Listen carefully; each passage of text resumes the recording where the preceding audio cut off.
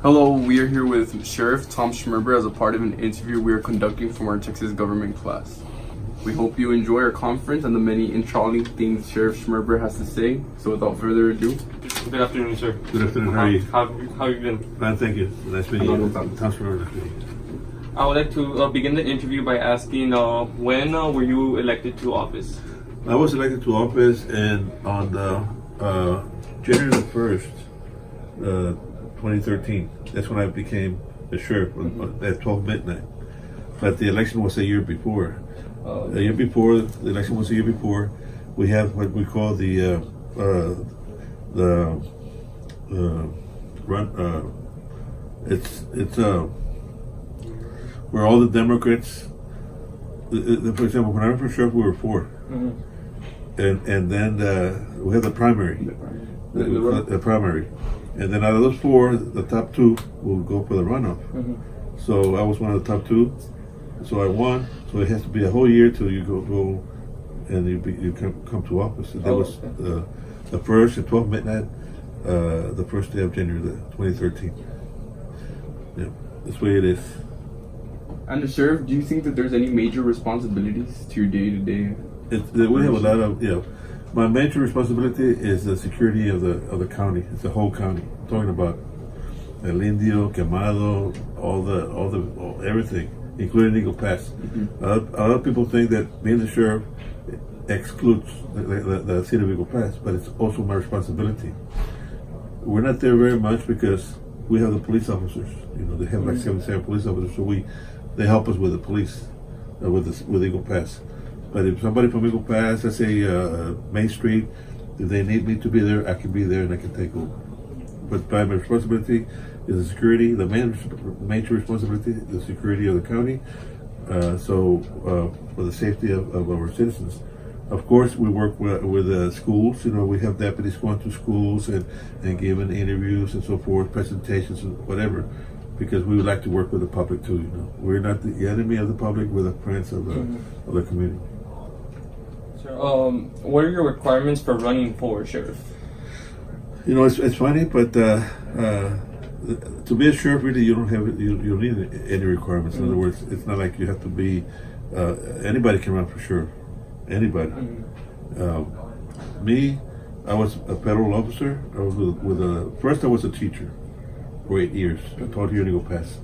And then I joined the Border Patrol for 26 years, and I retired from Border Patrol. I was federal. I was a federal officer, not a state officer.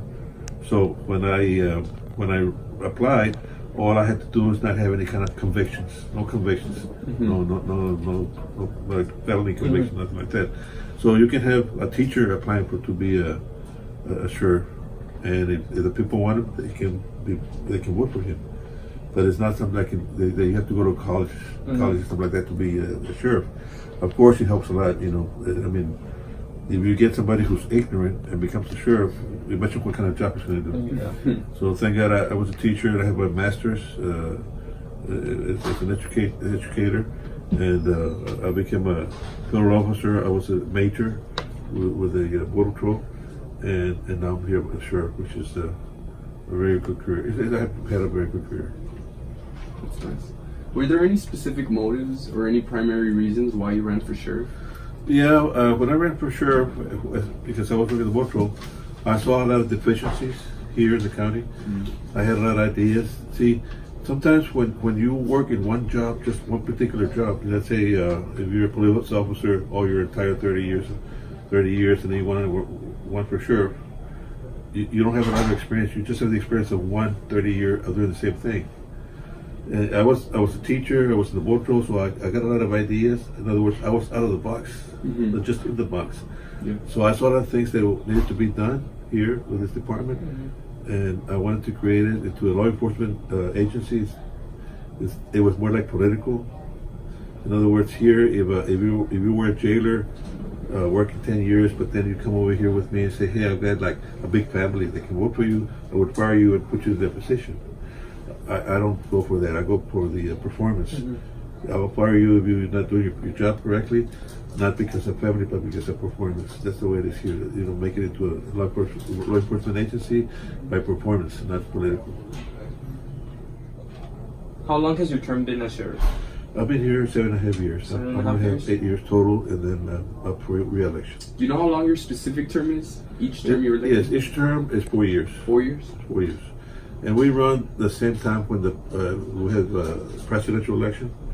So all the sheriffs from Texas run at the same time. So when re-election nears, are you gonna go ahead and run for election again? Yes, I have in mind to run. I've been 2 terms. My plan is to run 1 more term and have a total of 12 years. And my plan is retire after if I win again, retire and then do something else.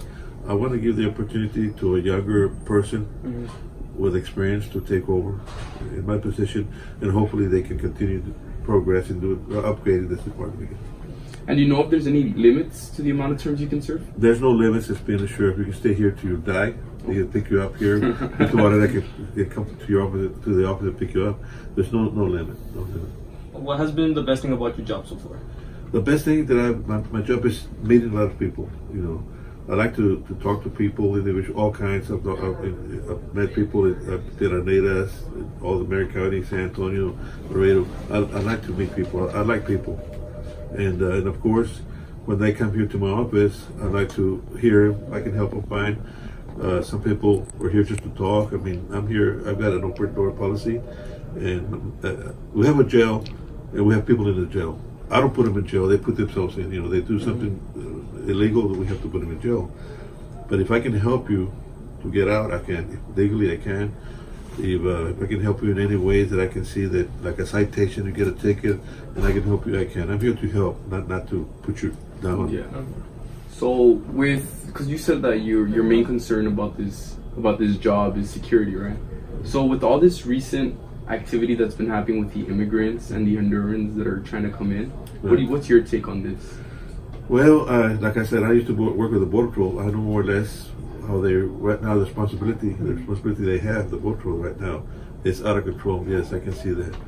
When we heard that the caravan was coming here to Tiraneras, the first day I went to Mexico to Tiraneras because I wanted to see if it was out of control. When I went over there was nothing. It was all control. You know, I even went to that camp, and I went inside and talked to the individuals there, to the Hondurans, and everything was controlled. And because I wanted to be able to react if there was things out of control for my deputies to be on alert. Anyways, we had like 100 troopers, so there was no need for that. But it is way out of control. The patrol catching like 30 groups of we call them OTMs, other than Mexico. It's at the port of entries. What they're doing is they taking all some of the agents, the majority of their agents who are going to other towns, other ports to help out. So we're very limited now here in the ports. That's why you see the long lines right now, because they don't have a lot of personnel working there at the ports. So I am concerned. I'm concerned. It's when I have to tell my deputies to be on the lookouts, you know. And we don't do immigration work. But if I see a car with a whole bunch of people, we are going to stop them if they're going to highways, because it's called a smuggling of aliens. That's illegal. So we're going to stop the car. The driver's going to be charged for smuggling people with no documents, you know. And of course, the people that that are there in the vehicle, we give them to the Border Patrol. But my deal is to stop that from occurring in this area here, illegal activities. As the sheriff of Maverick County, what has been the hardest task you faced so far? I guess, the hardest task would be, everything is kind of difficult sometimes, you know. But I guess when I came here, the hardest task was the jail was not up to conditions. You know, we had the inspectors coming in, and they found out that up on the attic, the alerts, the safety alarms were not working. And if they don't work, you know, they close your jail, and you have to take all your prisoners to other counties. Then we have to pay the other counties because they have to house them. Over there, I had a lot of pressure, but we fixed everything, and the jail is 100% running, real nice, real in perfect conditions. As a matter of fact, this month we're going to have the inspectors coming in. They're going to check the jail and everything. But I think all the sheriffs were very concerned with the jails. You know, they have to be in good shape. in all kinds of conditions, kitchen and everything. So I think that's a major headache that the sheriffs have in their jails, because the other stuff like the crimes that happen on the streets or whatever, really that's normal, and it's like we have them all the time. It's like a roller coaster. It might be slow right now. 1 hour from now, it's going to be high. So we're kind of used to that. And when did you know that you wanted to become a sheriff? Like I said, I found out when I was an agent here in Eagle Pass, maybe 4 years before I retired from as an agent. That's when I decided to run. And when I retired like on a Friday. By Monday, I was already running for sheriff, and it took like 7 weeks for the elections. I didn't win the first time, but I was very short to be in the run-up, and the second time I won. That's why I told people never give up on the first time. Never give up. Always, if you do something that you really want to do and it doesn't happen, don't give up. Try it again. Yes. Don't give up because we always have with you. Being a sheriff, how honorable is this position? It's very honorable. It's something that people look up to. It. Being a sheriff, you're the highest authority in your county. It's like you have more power than the state troopers, FBI's, everything. It's the highest authority in a county. The sheriff is something that it's in the Constitution of the United States. Back in the days when there was no police officers, it was written that the sheriffs were the first law enforcement officers, and they said in the Constitution, so they cannot fire a sheriff. Only the people can get them out, and so it's a very high honor, reverence to being part of the Constitution and defending the Constitution. Well, you mentioned being a Customs Patrol agent and also a Border Patrol, but prior to that, did you have any other jobs? Well, I was not a Customs, I was only a Border Patrol agent. Border Patrol, okay. Prior to that, I was a teacher. Before that, I taught for 8 years. And then I went to Border Patrol, and when I retired, I went back to teaching. I taught at CC Wing for 4 years, and then I became a sheriff. You mentioned teaching before, so where did you attend college? I went to first. I started in those days. We had to take the school buses to Valde for the junior college. I went there for 1.5 years. I got all my basics. History, government, English, so forth. And then from there, I went to Texas State, and I got my bachelor's in political science, minor in history, with a teacher's certificate. And when I became a teacher here in Eagle Pass, I got my master's in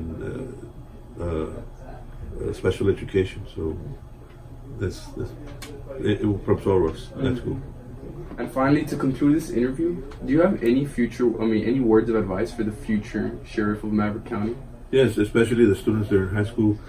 Sometimes you never think you're going to be a sheriff. Like when I was in high school, I never thought I was going to be a sheriff, and it's something that happens. But my main advice to the students in high school, CC Wing, or whoever, is stay out of trouble. Do not get into trouble, drugs, don't get into drugs. Don't get convicted, felonies, things like that. You're going to regret it because it stays in your record forever. So for the ones that are going to be in law enforcement or don't think they're never going to be in law enforcement, always keep away from trouble. Keep away from drugs. Don't get convicted for any kind of felony charges. You're going to have people that are going the wrong way. They're going to try and get you in so that you can also be part of them. Stay away from trouble. That's my main advice.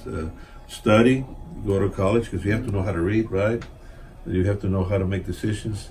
So of course, from high school, go to college, wherever you want to go, make good grades, and just stay out of trouble. Thank you for your time, Sheriff, and I appreciate for you giving us your time and allowing you to interview you today. Well, thank you very much for being here. I really like young students here like you guys. I wish you the best of luck. You're actually getting ready to go up and be the future, like I was telling you earlier. Climb the ladder of life. Exactly. See, we are going to retire pretty soon. My age people, all the people that hear that, I guess the baby boomers, I'm a baby boomer.